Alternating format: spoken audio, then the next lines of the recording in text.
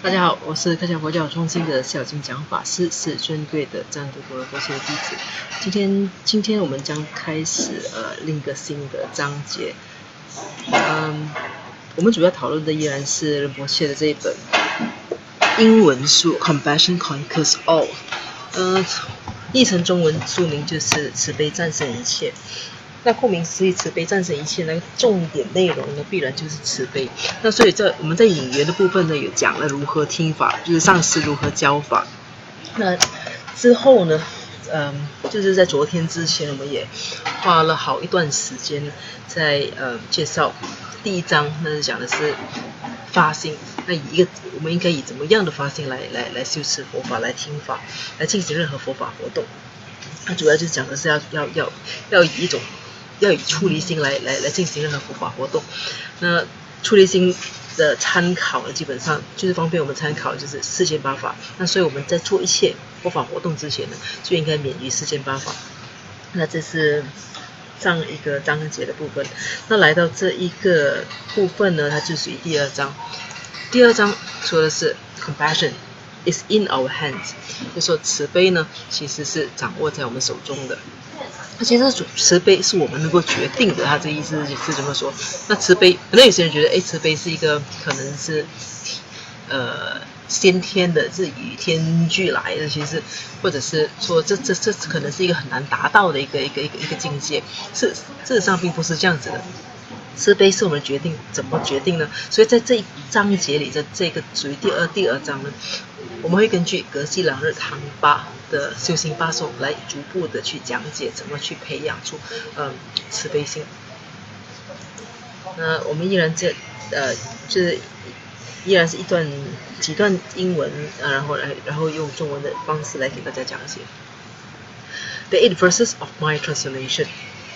Check ourselves out. How many years have we been doing Dharma? How many gurus have we chased? How many Rinpoches? How many divinations? How many things have we done? Why are we not transforming? Because the very motive might have been wrong, and along with that, you have wrong projection and lack of merit. It is very clear, very concise, and very logical. So therefore, in the beginning, correct motivation is very important. In the middle, correct motivation is very important, and in the end, correct motivation is very important. When motivation is correct, there will be wonderful, positive, lasting results.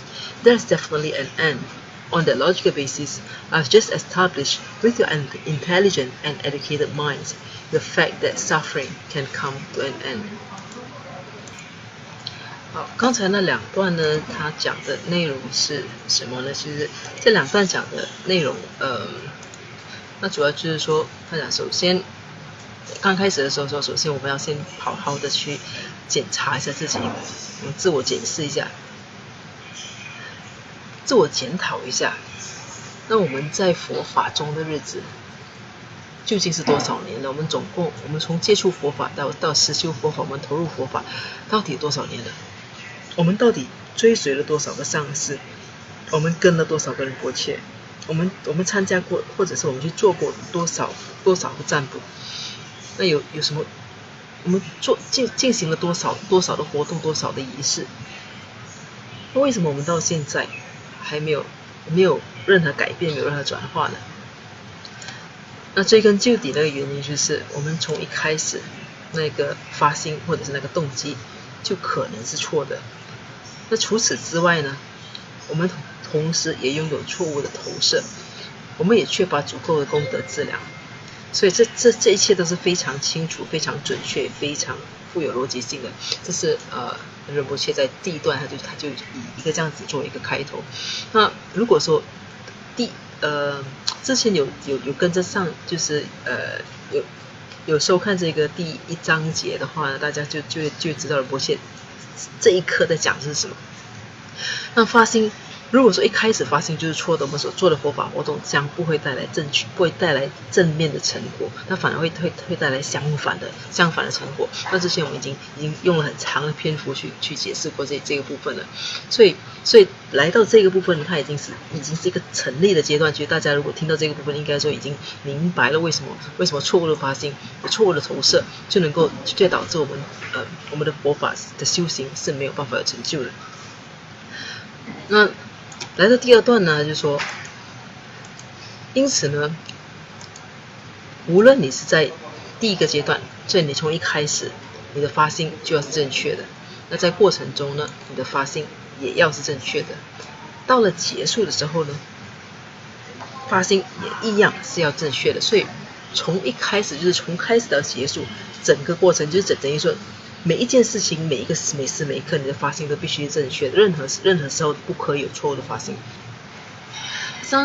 当如果发心正确的时候呢，就会带来美好的、积极的、正面的、持久的结果。那这样，如果是能够持续这样下去的话呢，那一切都会走到一个终点。他所谓的终点是什么东西？他讲，我们去说，根据这样子的推理，根据这样子的逻辑推理，根据这样子的一种逻辑基础的话，即使是我们只是用我们的逻辑性的思考，即使只是用我们的一般的普通的世俗的智商，即使只是用我们的一种根据我们的学问的判断，我们依然可以得到一个结论，就是说痛苦是可以结束的，痛苦是有可能结束的。那这个理论之前是已经讲过，我们在这里就不多说了。Do you want it to come to an end? It is in your hand. You should have the motivation to practice the Dharma, to go to the temple, see our gurus enthusiastically, with perseverance, with great patience, with great love, with great understanding of the great value that will arise from there, by being free from the 8 worldly concerns, the 8 wrong motives, which is the guideline for developing our motivation. And the wrong motivation is also impermanent. It is dependent on causes. The cause is ignorance. Once you have been given wisdom and knowledge, ignorance is cut. When ignorance is cut, the very foundation for wrong motive is cut. So what's left? Positive motive. 这里呢，其实还是再重复的，再换一个方式的解释之前有说过的内容。那我们要修习佛法的动机必须是正确的，我们要去寺院要去见上师的动机必须是正确的，而且我们要非常积极的、非常渴望的见到上师，我们要坚持不懈的，我们要非常充满耐心、充满了爱心的，我们要充分的明白，在这样子的过程中，如果说我们能够以不带着世间八法的作为动机的一种方式来修行来学习的话呢，我们将会逐渐的有更多对佛法，我们更明白佛法的价值。那这是一个前提，而且透过这样子的一个过程，我们也知道，就是说，即便是错误的动机，它本身呢也不是一个不能改变的东西，因为它本身也是无常的。为什么呢？错误的动机，它其实仰赖它依然必须建立在某一些基础上，而这基础呢，那就是各种原因构成错误动机的原因。那些原因是什么？那些原因呢，就是无知无明。那无明的对立面是什么？无明的对立面，无明的相反的意思是什么？无明反过来就是智慧。那如果有了智慧呢，无明就会消除。那有了智慧，消除了无明，那自然呢就会从根本上把错误的动机也砍断了。所以就是说，当没有了无明，当无明已经被砍断了，错误的东西也被砍断了，所以剩下的什么？剩下的就只有正确的东西。所以这个是从另一个角度来看待这一件事情。那之前我们说过，我们之前用的一个角度呢是说，错误的东西本身它也是无常的，因为它仰赖的因素是超过一个的。所以它既然它是仰赖很多因素的话，它本身也是无常。既然是无常，就可能被根除。那这里呢，其实是同样，但是却稍微不一样的解释。那其实是同意的。但是说因为我们的错误动机是无常的，为什么是无常？因为它仰赖各种因素，而这个因素是什么？主要的因素是无明。所以我们如果砍断了无明，我们就能够把错误的动机从根本上砍断，那剩下的就是正确的动机。所以看你怎么说，它的结论都是一样的，重点就是这些都是无常的，所以它是可能被根除的。Therefore, we should not have the motivation to do any actions, especially Dharma actions, to get praise, to avoid insult, to receive gift, to be unhappy if you don't, to avoid bad reputation, to try to get good reputation, to try to receive comfort, and try to avoid discomfort. It should be free of this. The motive should be enlightenment, free of suffering for everyone. 所以因此呢，我们在进行任何佛法的行为行动活动之前呢，我们的动机应该必须并不是建立在想要得到赞美啊，想要避免被羞辱，避免被侮辱啊，不是建立在想要得到礼物啊，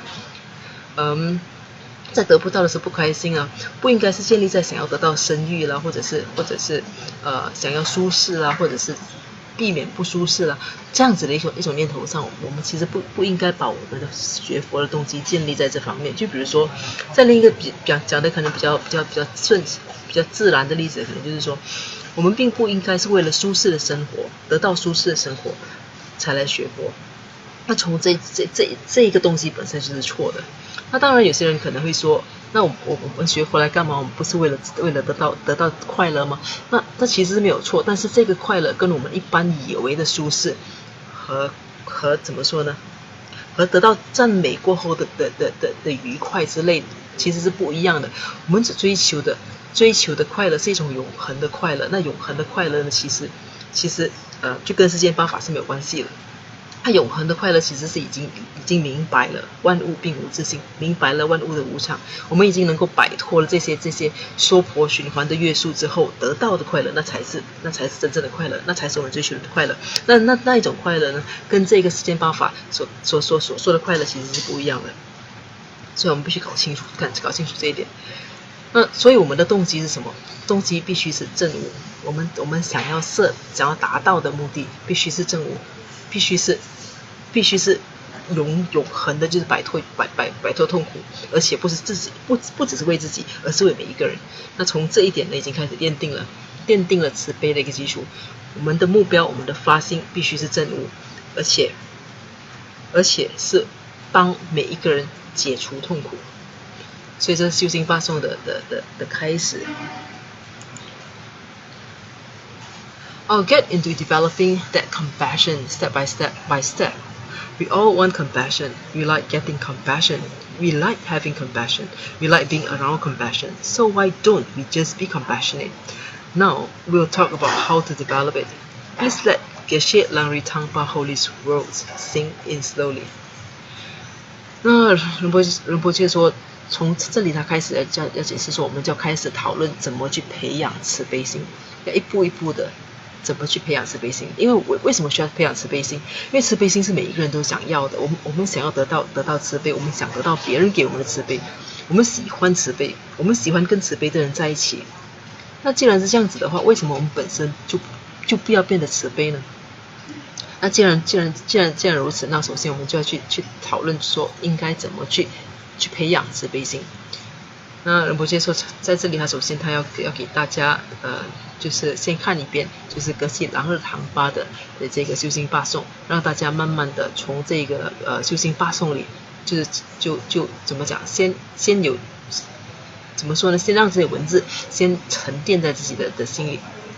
By realizing that all sentient beings are more precious than wish-granting jewels, for attainments of the supreme goal, may I always hold them dear to my heart. 这个修心法颂的第一颂，给大家念一下中文。在中文中这一段，它的翻译就是我们常用的版本呢，是恒怀真爱第一颂。我与一切有情众，视之尤甚如以宝，愿成满笔就尽力，恒常心怀真爱情。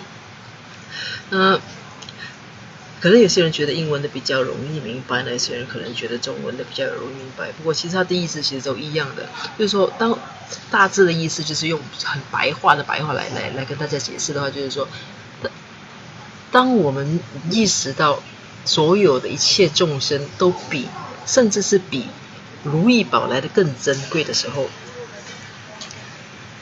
那为了达成最伟大的、最就近的目标，希望我们能够把他们就是紧紧的拥抱，就是用爱去拥抱在我们的心里。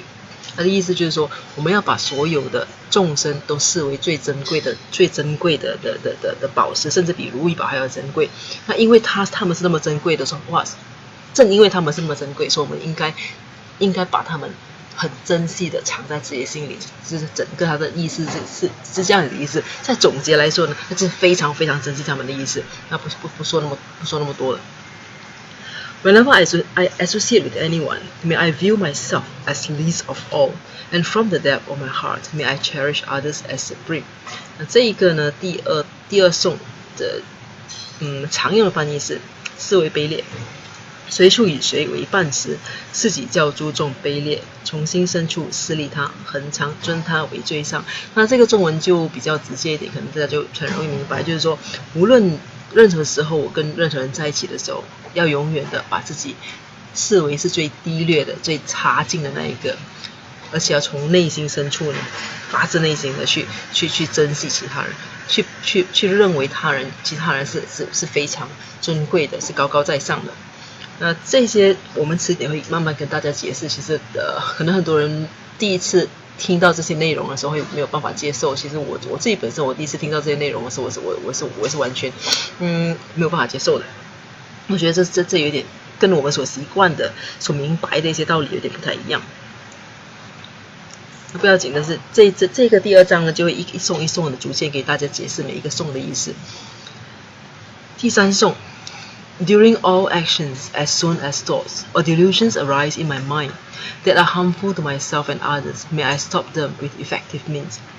第三颂是极端烦恼，一举一动观自心，正当烦恼触萌生，危害至于他人时，愿即呵斥令消除。那这个是相当直接，也是比较容易被接受。就是说，我们不管在做什么事情的时候，任何行动，任何就是身语意的一种行为表现。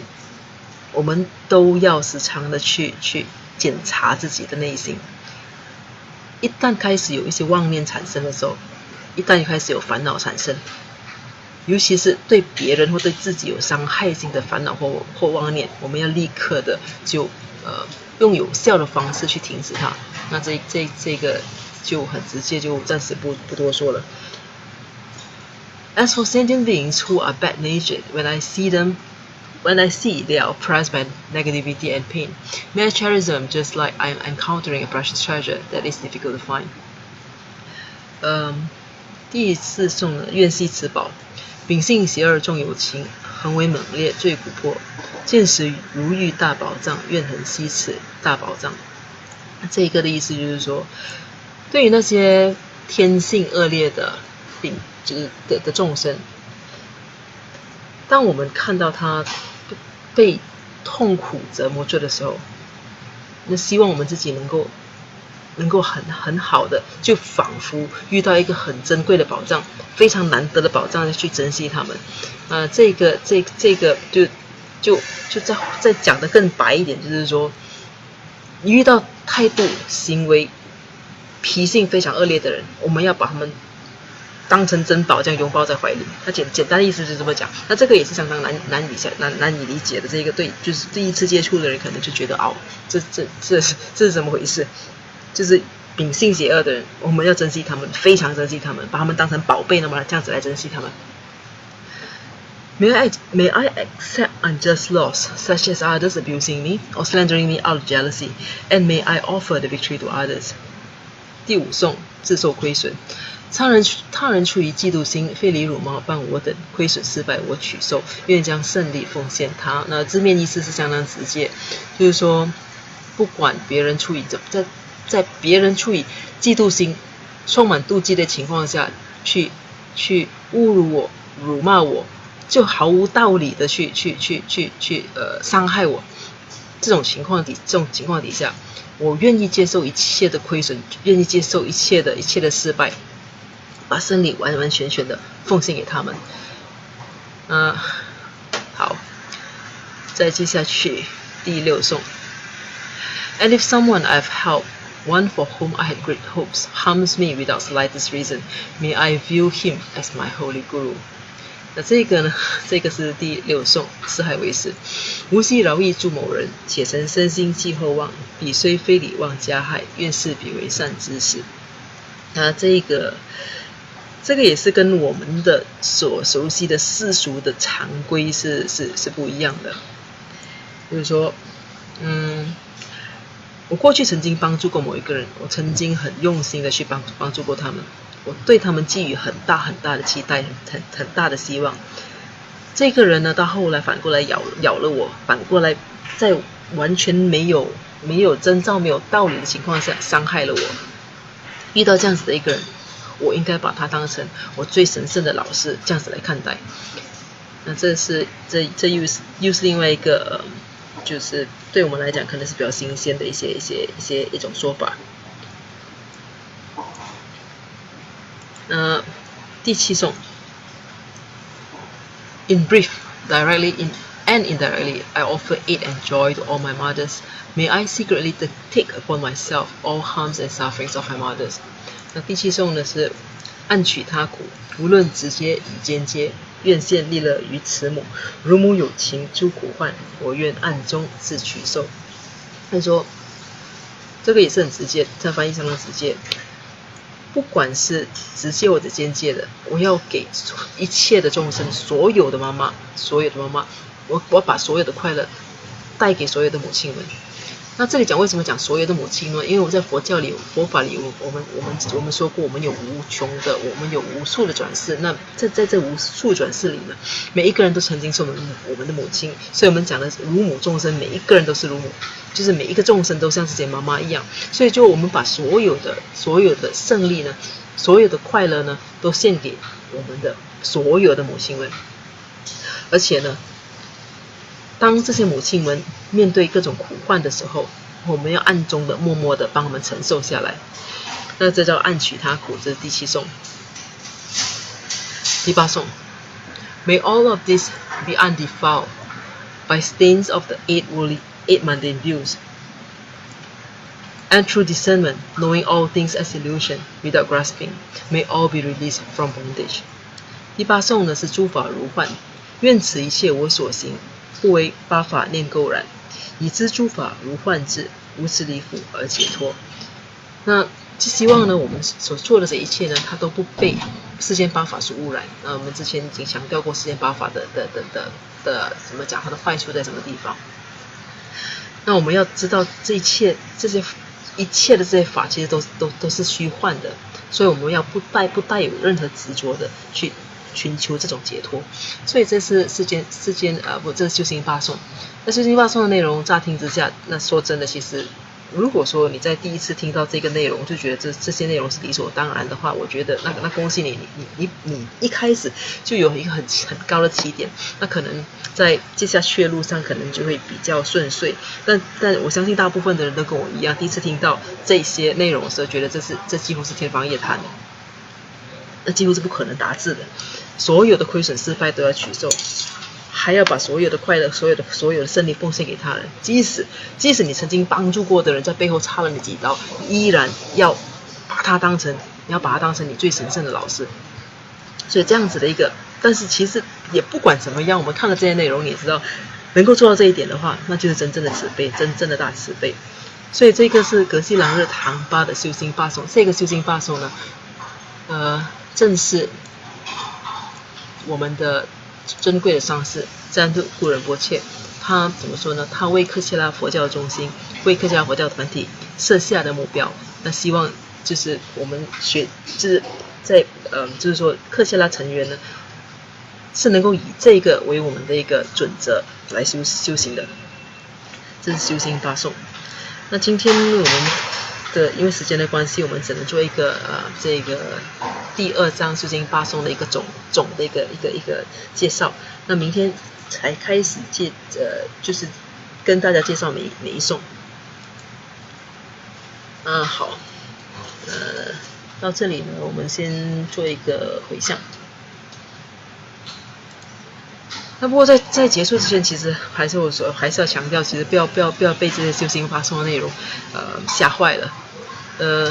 因为其实呢，你仔细听下来，你就会发现，其实每一件每一个颂听起来是有一点，虽然是有一点匪夷所思，但是你仔细听起来，其实它都很有道理的。